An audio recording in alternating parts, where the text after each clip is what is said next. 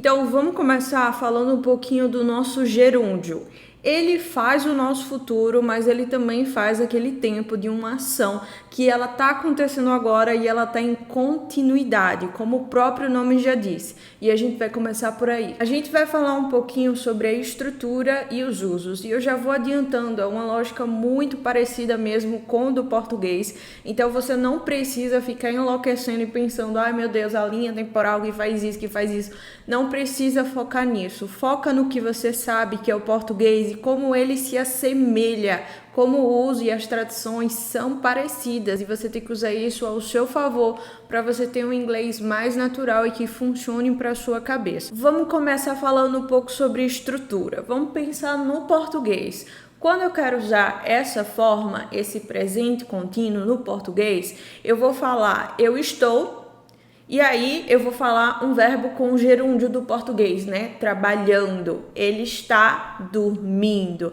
Vocês estão estudando. A gente já viu como funciona o to be, né? Então, se eu quiser falar, por exemplo, eu estou, a gente fala I am. Se eu quiser falar, por exemplo, ele está, a gente fala he is. Então, a gente vai pegar o que a gente sabe e unir com o nosso português para entender essa estrutura e deixar tudo bem simples. Então, como eu falo eu estou, I am. Se eu quiser falar eu estou trabalhando, eu vou pegar o nosso verbo trabalhar, que a gente já viu, que é o verbo to work. Eu vou tirar aquela marca que dá um infinitivo, né, que é o to. Lembra-se, não fala eu estou trabalhar, isso não funciona, é estranho. Então, eu tenho que tirar esse to. E, enquanto no português o nosso gerúndio é aquele ando, indo, trabalhando, comendo, dormindo, no inglês é uma coisa só, é aquele famoso ing.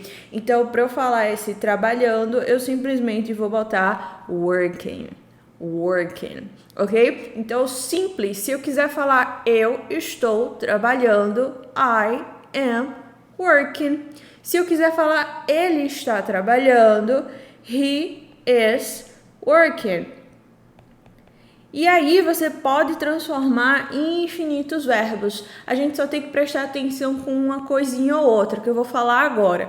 Por exemplo, a gente tem o verbo to dance, que é o verbo dançar. Ele termina em E. Então, se eu botar o E com o ING, vai ficar uma bagaceira, né? Vai ficar dancing, fica meio estranho. Então, quando a gente tem o E, a gente tira esse E para botar o ING e ficar mais dinâmico na fala. Então, se eu falar dançando, eu falo dancing. Então, se eu falar, por exemplo, que Mary está dançando, eu vou falar Mary está is e dançando dancing. A gente também tem que prestar atenção nos verbos, eu vou botar aqui, que a gente chama de CVC no inglês. O que é isso, esse CVC? Basicamente é um verbo que ele termina numa consoante, vogal, consoante. Lembrando que não são todos, tem algumas exceções. Então não estranhe se por acaso você vê alguma exceção por aí, tá? Mas a maioria sim, então vamos focar na maioria aqui. Esse CVC, toda vez que você tiver ele, ou na maioria das vezes, você vai dobrar a última letra antes de acrescentar esse ING. Então, por exemplo, se eu falar que ele está parando, eu vou falar he is, aí eu tiro o to, né? Vou botar o stop, vou dobrar esse P e botar ING. Então, he is stopping. He is stopping. Lembrando que a gente já viu que eu posso contrair, né? Então eu falo he's stopping. Ele tá parando, relaxa, ele tá parando, ok? E uma última coisa é quando você tem os verbos que terminam em IE. Imagina quanta vogal você botar IE e aí ING, dying, fica louco, né? Então, para facilitar a comunicação, quando a gente tem o verbo terminado em IE, a gente bota Y com o ING. E aí facilita, né? Para não ficar essa arruma de vogal. Então, ela está morrendo, aquele drama, né? Quando, sei lá, tô com dor de cabeça, eu falo I am dying, eu tô morrendo. Então, ó, você já sabe dessa estrutura. Então, bem simples, você só precisa prestar atenção naqueles usozinhos, né? Então, quando termina em E, E aí eu já vou falando para você, não decora a coisa, pega um exemplo de cada, pega os verbos mais comuns de cada situação e aí toda vez que você estiver trabalhando, você tenta associar. Isso funciona muito para mim. Veja que eu não fiquei falando para você, essa regra. Eu peguei os exemplos que são mais comuns para mim e eu usei aqui para te mostrar. E essa é uma forma de você aprender em vez de ficar decorando. Então vamos recapitular tudo que a gente viu aqui, para a gente fazer esse present continuous, que é esse gerúndio, né, que a gente tem no português, o presente contínuo. É simples, a gente vai usar o que a gente já sabe, que é o nosso to be, porque ele sempre vai estar nessa forma, que nem no português é a mesma coisa. Eu estou, ele está, nós estamos, vocês estão, ok? Maria está, João está, eles todos estão. Então a gente usa isso que a gente já sabe. A gente pega o nosso verbo, tira o to e acrescenta o ing. Mas eu posso acrescentar aleatório? Não, tem que prestar atenção em algumas exceções. Então, se ele tiver como dance, que termine em para não ficar esse negócio dancing, eu vou falar dancing, tiro para facilitar na fala. Se for CVC, eu vou dobrar e aí fica stopping. E se tiver se mais uma vez, tanta vogal, a gente vai tirar e botar o Y para facilitar a fala. Dying.